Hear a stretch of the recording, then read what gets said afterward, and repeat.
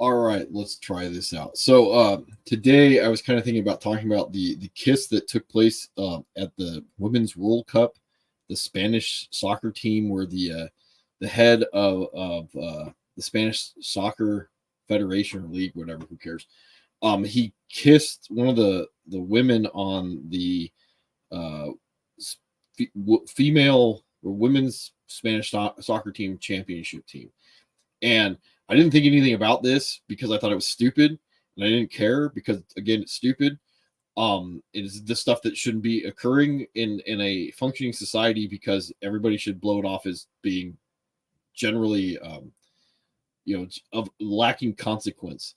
And if you don't know what happened, the head of the Spanish soccer whatever, he kissed the female soccer player on the podium after the female soccer team or the women's soccer team had won the World Cup on the lips. And like, okay, like I don't know the context, and it's probably no big deal, no harm, no foul, move on with life. The more I kind of heard some more stuff about it, the more it started piquing my interest because like it's so ridiculous that it should be going away, not picking up steam, because people started calling for him to resign, the head coach to resign, and she finally came out and said it was non-consensual, and then he was being investigated for sexual assault. And finally I pulled up the kiss, and hopefully you guys can watch it for yourself, because he kisses her and then you can clearly see that she's smiling after he kisses her. So whatever consent was going on, it's kind of difficult to say like, well, when did she make up her mind that she was unhappy that the kiss took place? I'm not going to get into like what I think happened. I think it's unprofessional what he did. If it was a male soccer player, I don't think that necessarily like it should be treated any differently. I don't know if he would kiss a male soccer player. I'm not Spanish. I'm not European. I don't know what the taboos and mores and social considerations are, and we'll get into that in a second. I don't necessarily think this is sexual assault in any way, shape, or form. It's interesting, like I don't know what was going on. And then the interesting part about this is like the Spanish Women's League players go on strike because they've been arguing with this guy and the head of the national team, because they don't like how they're being treated, because the head coach who resigned finally was too tough on them. The things that he did in order for them to win the championship, well, he was too difficult on them to push them. They didn't like how he was pushing them to win the championship, and they're also upset at the guy who kissed, whatever weird Spanish name that he has.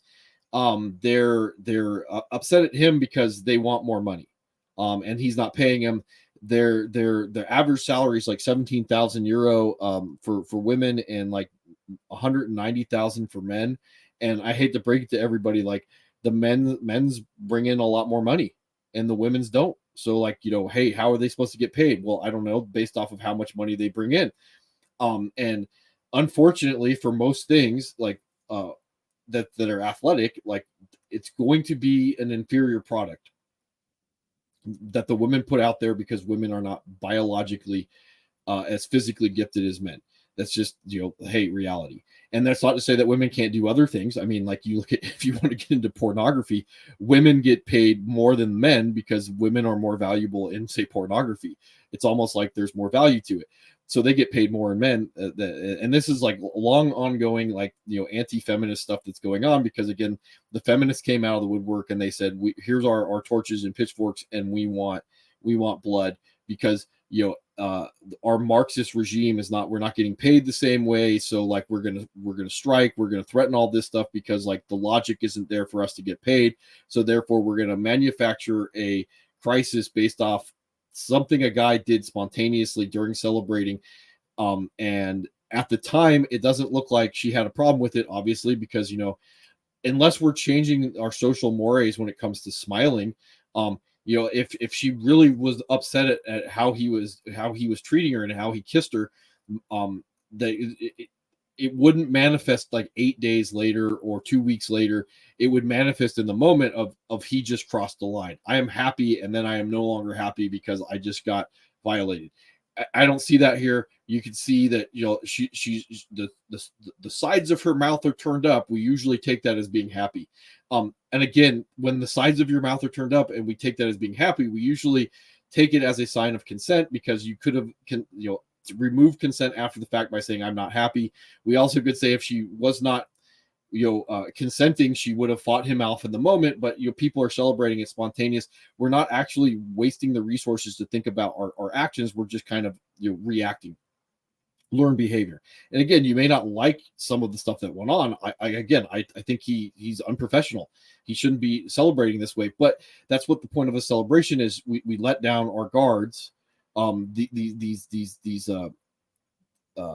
social walls that we put up to compartmentalize things, we try and let those come down so we can rejoice in the fact that all the hard work that we put out led to a certain amount of success. And again, in this case, with the Spanish soccer players, like, how do you create an environment where anybody trusts each other after this goes on? Because again, whatever behind the scene forces came out of the woodwork and told her how she was supposed to act, you know, like, instead of her making up her mind in the moment of how she felt and went through with it. The other thing is, like, basically because she came out and said like it wasn't consensual, like, he just got charged with sexual assault. I don't even think that she necessarily, quote unquote, had to file a complaint.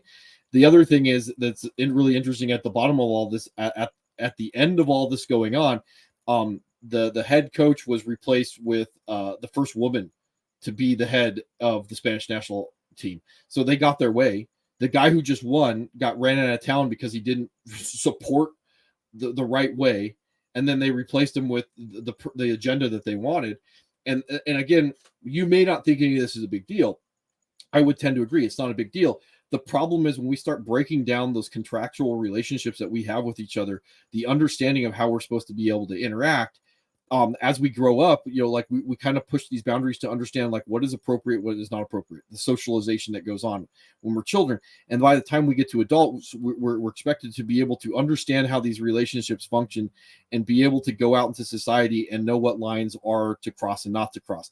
And when you start blurring things, and this is a little blurry, don't get me wrong, but when you start blurring things to the point where I don't know if I can go out and interact with people, because I don't know how the things that I do, how they're going to be taken, because I have to worry about how someone else is going to react. Again, that's not a smile. The turning of the lips upward is not a smile. That is how someone conveys a lack of consent. Like, that is the contractual relationship that's going on. I don't know if that's a smile, or I don't know, you know, I don't know if that's consent. I don't know if that's not consent, because it's the same thing for both. You know, hugging someone and smiling is not consent. That is the opposite of consent. Okay, well, that's good to know. And you think this is funny, but from a business standpoint, like, I have to be able to pick up on the non-verbal cues of someone else to understand if I'm moving in the right direction, if we can develop trust between each other. If I can't pick up on the fact that we're developing trust, then both sides are going to be in an adversarial relationship.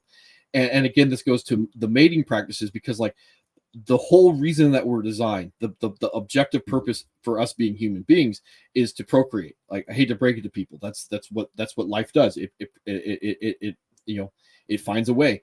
And if you start getting into a, you know, Rucka Ali said, like, one of the greatest things I've ever heard was, you know, we're not a social species, we're a contractual species. And when you start breaking down those contracts, where we can no longer enter these things through consent to understand how we're going to interact with each other, we no longer have the functional ability to exist in communal settings.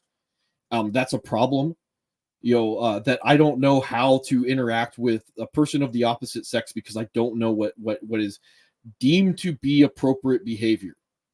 You know, like, I can't take the risk that I'm not going to be charged with sexual assault in this case by celebrating a little too hard. You know, like, you know, because the thing is, in the U.S., and I don't know exactly how the Spanish legal system is set up. The U.S., we have a presumption of innocence, but we also have something called mens rea, which is the criminal mind. You have to prove that this guy was attempting to do sexual assault. He knew he's the bad guy when he did what he did during celebration. If you can't prove that, it's not a crime. And that goes back to how we contractually interact with each other. If I take it that you are operating in good faith, that I am operating in good place, we're at the golden rule. Like we can interact with each other through trust. If we both think that we're trying to get one over each other, we're never going to come to some type of mutual agreement. And when we're teaching little boys and little girls how to interact with each other, that both sides are adversarial, they're going to reject the ability to interact with each other, and they're going to take a different route of least resistance. So anyway, I think I've spouted enough today, and we can move on and other stuff.